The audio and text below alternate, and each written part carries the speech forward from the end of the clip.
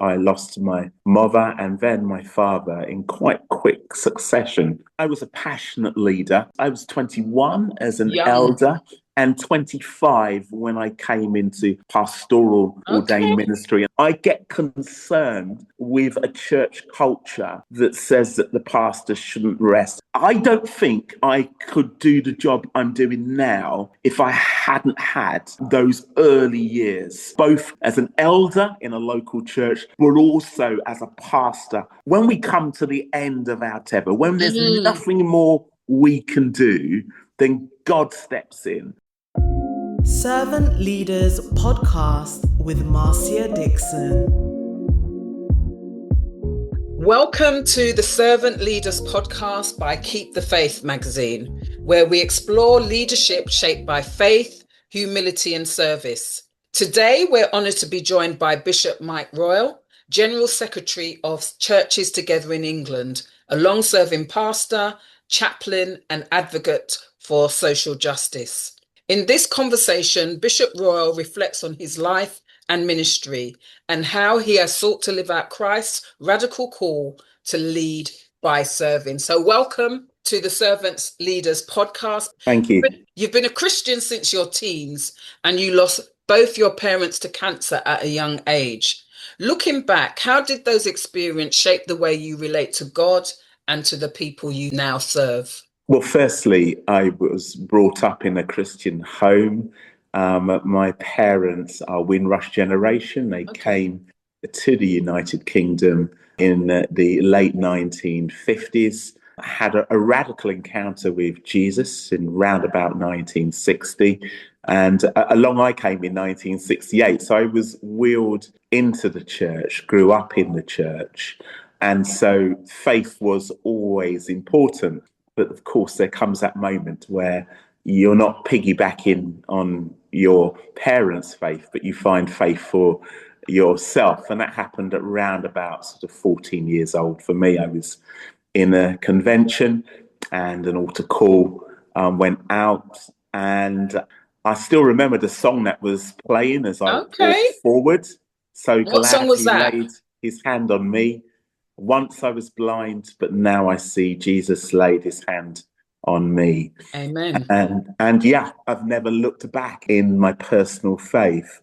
It was a couple of years after that first I lost my mother and then my father in quite quick succession to cancer. And I remember the feeling of vulnerability and helplessness in that moment. I had an older sister who, suddenly would take responsibility for us. I had a younger sister as well, which I felt responsible for. But I remember also the scripture that says that when your mother and father forsake you, and of course it wasn't their fault that they passed away, but when they're no longer there, the Lord will take you up in his arms. And that's my testimony, really.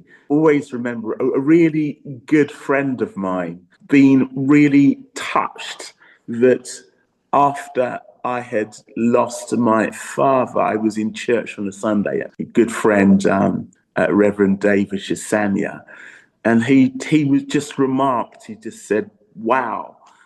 But what I would reflect on that wasn't me, that was the grace of God upholding me kind of through that difficult season.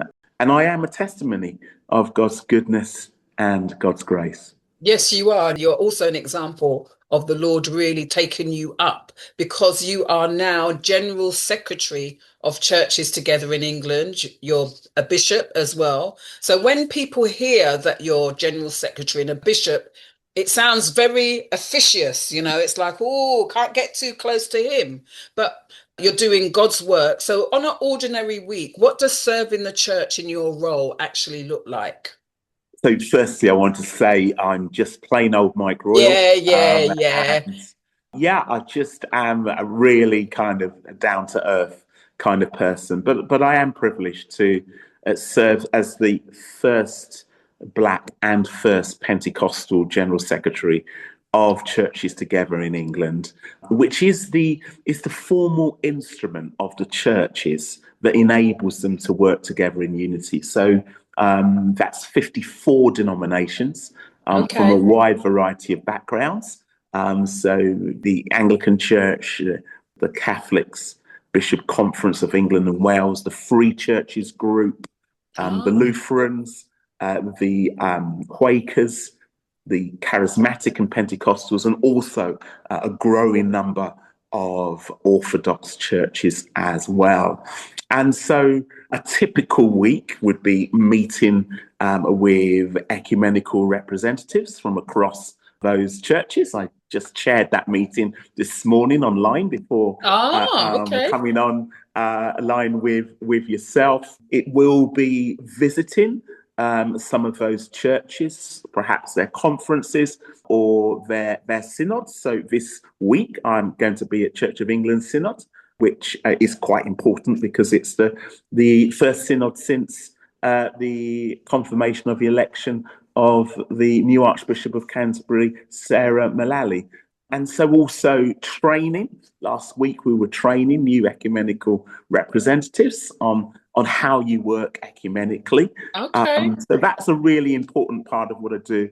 And then speaking at various Churches Together in England and Churches Together local events. So a couple of weeks ago, we had a week of prayer for Christian unity from the 18th to the 25th of January.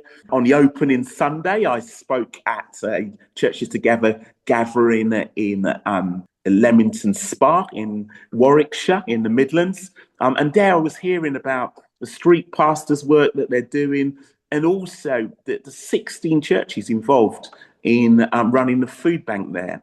And on the final Sunday of that week, the 25th of January, I was at St Sarkis Church, which is the oldest Armenian Orthodox church in London. And I was speaking both on unity, but also just standing with the Armenian church, which is a church that for many decades has been under pressure in terms of persecution. So standing with the persecuted church, you know, is an important part of what we do. I think the other thing I would just say is statements, particularly from our 6 presidents, are quite important. Coordinating those statements is an important part of what I do too. So I could go on, but I'll probably stop there. I think what I'm telling you is that my weeks are busy. I'm away quite often, and so it's always a joy and a blessing to be back home with my spouse, Reverend Vivian Royal, who is also a bishop, actually, was consecrated as a bishop last October. Okay, so your days sound like they are action-packed and you're spending a lot of time leading, teaching and equipping. Now, Jesus talked about leadership in a completely upside-down way. Can you share a moment in your ministry when choosing to serve rather than lead from the front really cost you something? Yeah, I think particularly I would say in this role currently, you know, sometimes ecumenical relationships can be quite fraught every now and then. I can imagine. Yeah, you'll get 54 a letter. denominations. Yeah, you'll get a letter that, you know, someone's upset by something. And I think, you know, the alpha male in me would kind of want to react. But one of the things I've learned is the importance of not taking things personally, first of all, but secondly, pausing, reflecting, allowing things to de-escalate, and in your response, de-escalating also. And so that's really important, because actually my role in Churches Together in England is about fostering unity.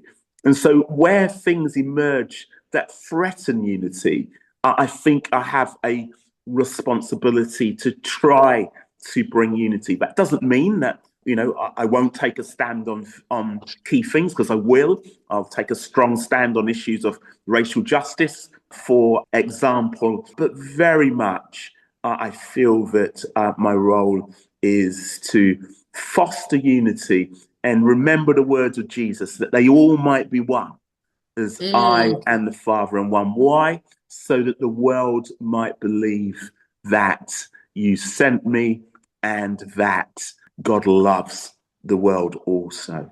Okay, great stuff.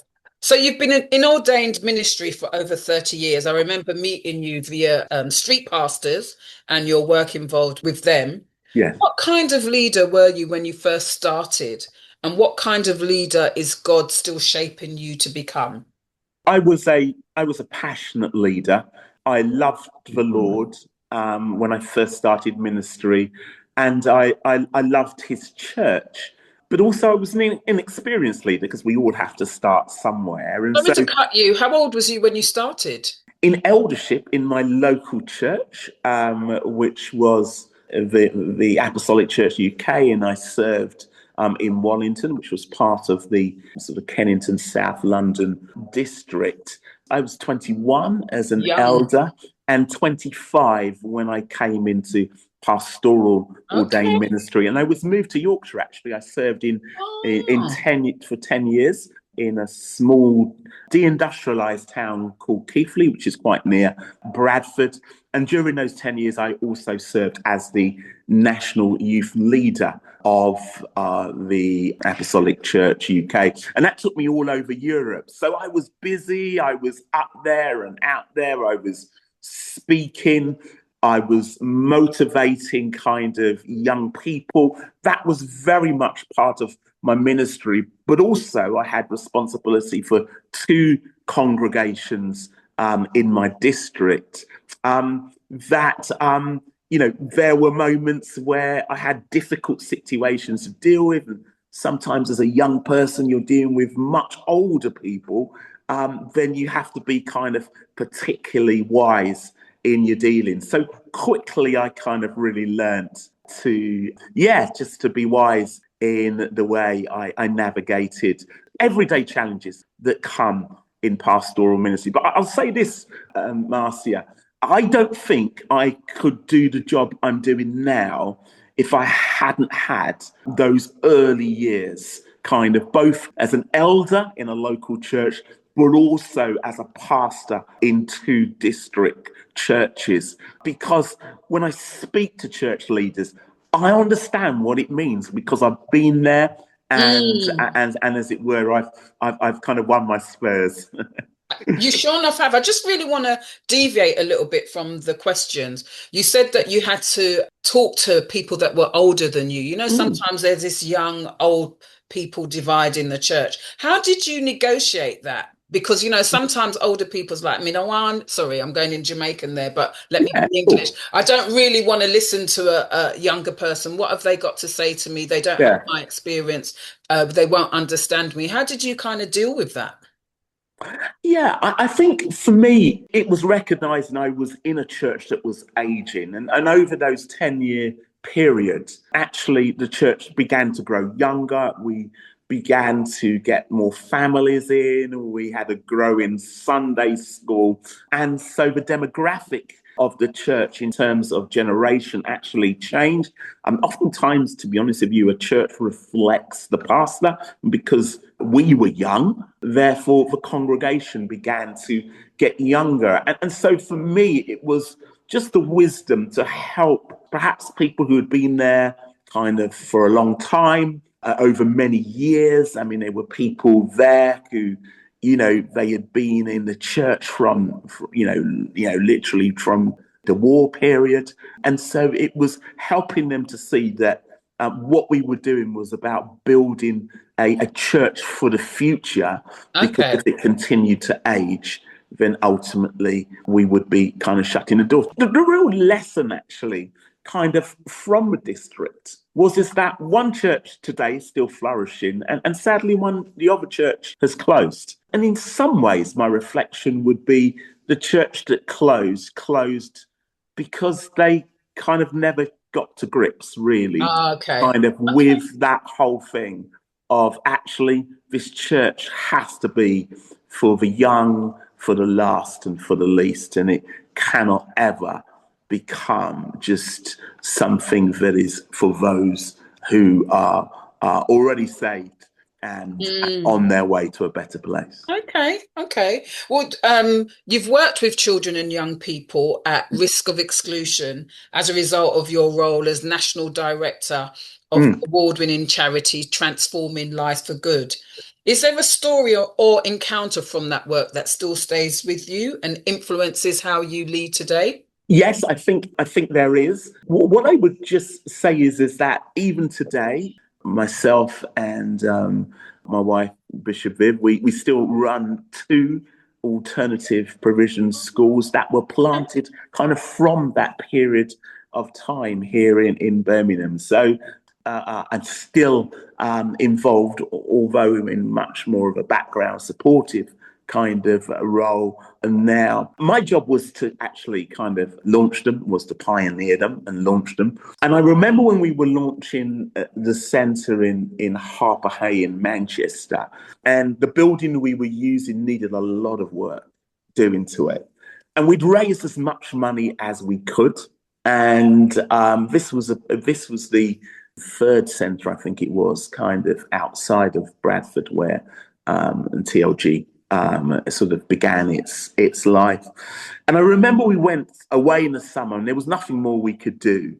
And but we knew that, there would be some work that we would need to do in the early autumn to perhaps start the centre kind of after half term.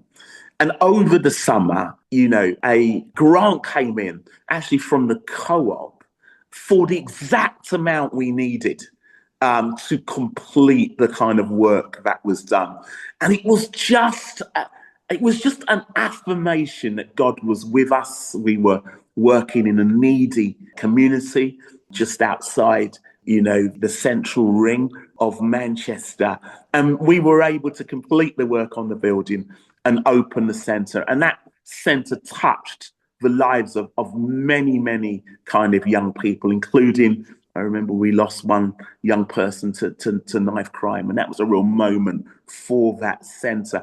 But it was just a reminder that when we come to the end of our tether, when there's nothing more we can do, then God steps in and turns up.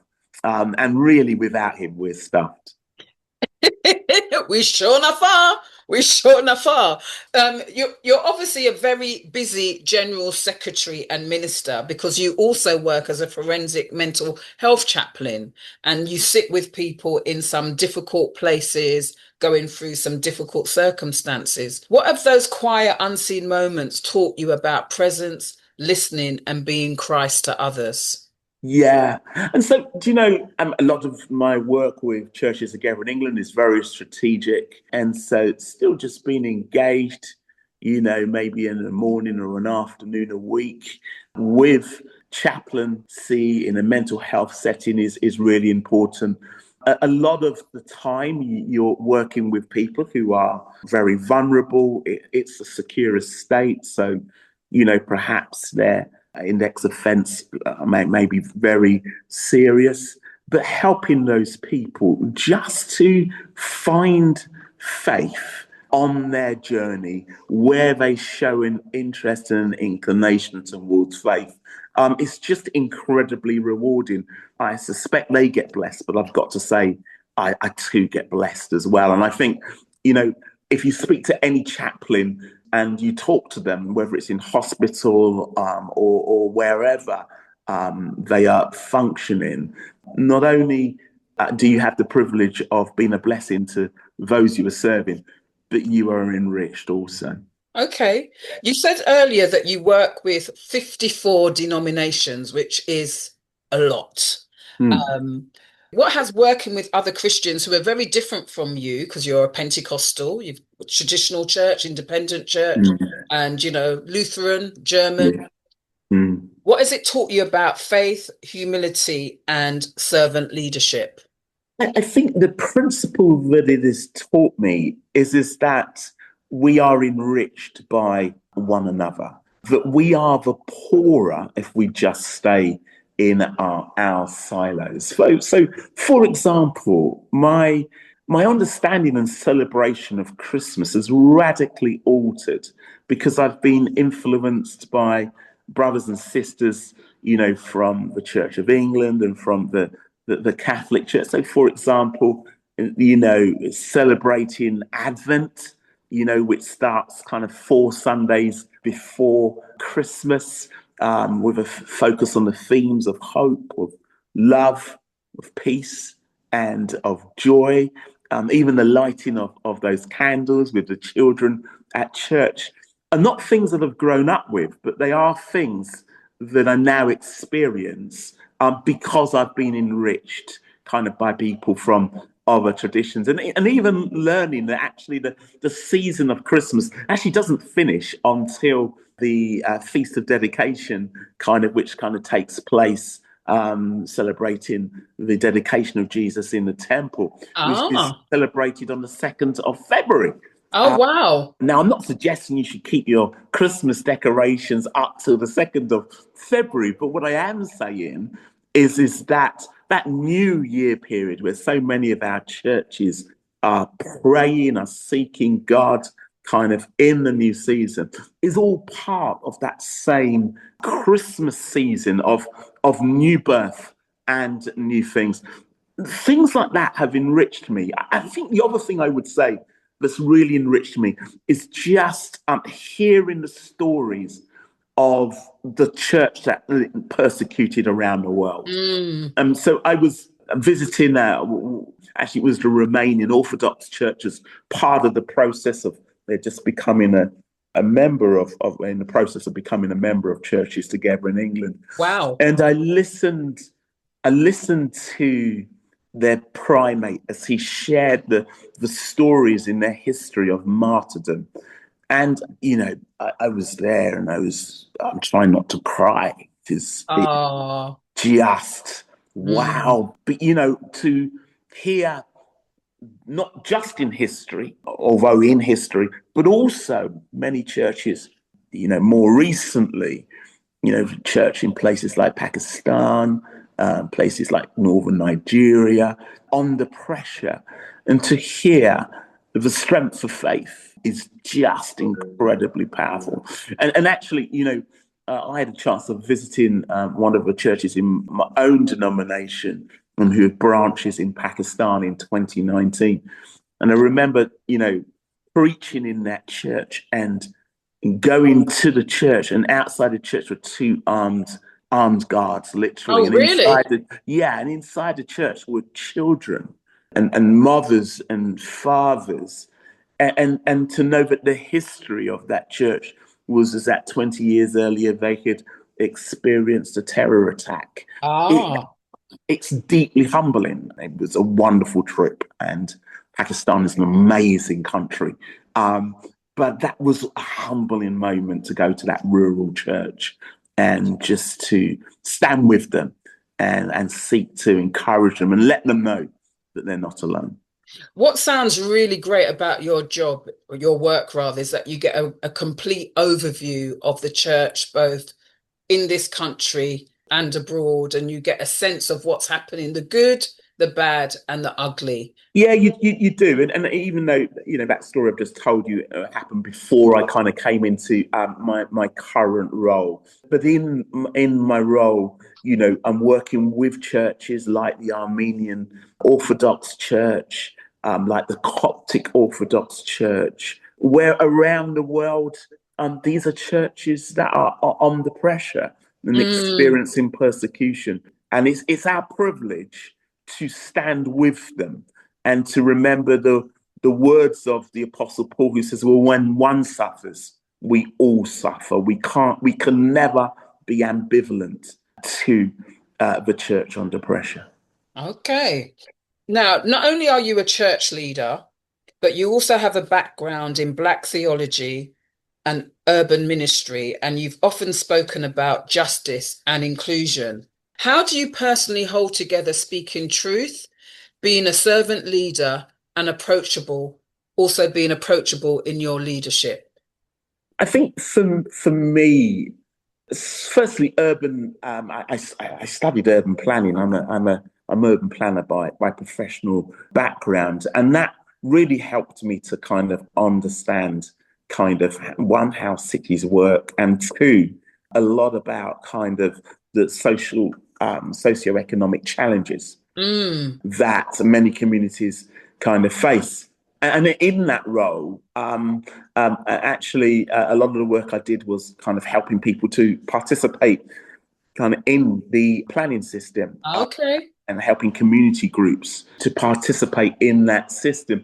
And so lots of my work was about getting kind of alongside people and helping them to see that, do you know what? It's really important that you shape the future in your own local community. And then what I would say about Black theology is that that helped me to recognize that as Christians, we don't only draw from the Bible, but, we draw from culture. We draw from our history. We draw from our lived experience. And so really, Black theology, taught to me to be much more contextual in my approach, which is not always an approach you necessarily get, from an evangelical Pentecostal background. So I would say I'm enriched by both of those kind of influences of urban planning and Black theology on my theology and my practice. Okay. We all know that leadership can be demanding and at times lonely. So during those times when you feel tired or stretched thin, where do you go to be renewed spiritually and emotionally? Firstly, really important for me is to take periods of rest. And so 3 times a year, myself and my spouse, we go away, usually to Ghana. Oh, is it? Oh, that's why you're in Ghana so much. Yeah.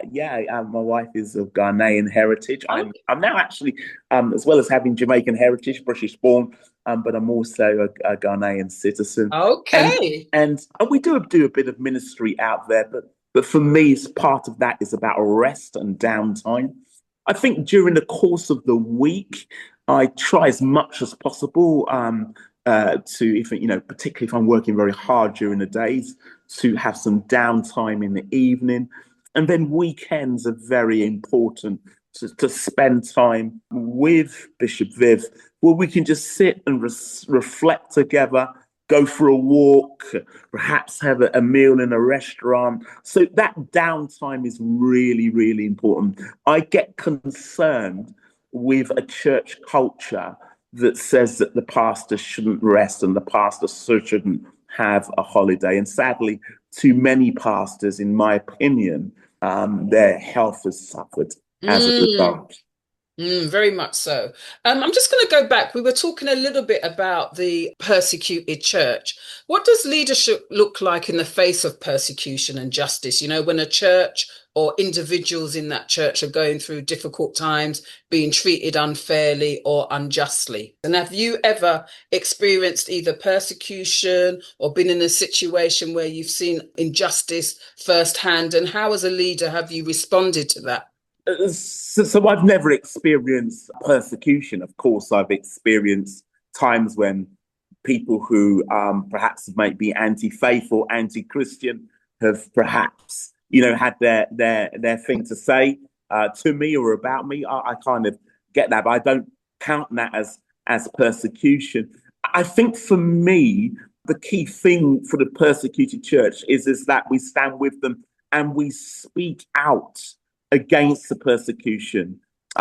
Freedom of religion and belief is a value that's really important that we uphold here in the UK and seek to see upheld around the world. And so that kind of standing with in solidarity and speaking up and speaking out, writing to MPs, putting pressure on those kind of power to then put pressure on countries that may be persecuted, not only Christians, but people of other faith as well. I think it's a really important role that the church has to play.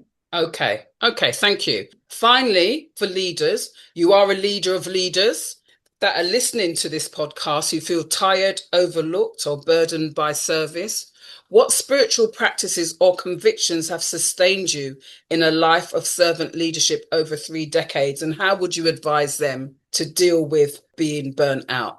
I think the first thing I would say, make sure you rest.